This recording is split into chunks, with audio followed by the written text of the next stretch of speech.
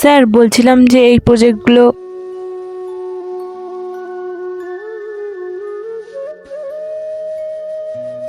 সালা 2 টাকা security guard স্যারের সামনে বসে ঝাড়ের চেয়ারে চা খাচ্ছিস।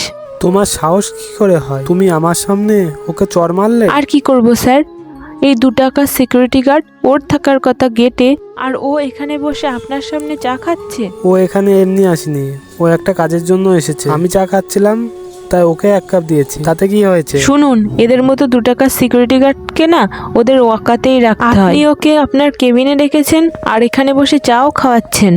তুমি একটা কথা জেনে রেখো, ও এই কোম্পানির একটা এমপ্লয়। ও নিচে কাজ করে আর তুমি উপরে কাজ করো, দুজনেই তো কাজ করো না, প্রবলেম কি আছে? স্যার এটা আপনি কি বলছেন? ও কি করে আমাদের কোম্পানিতে?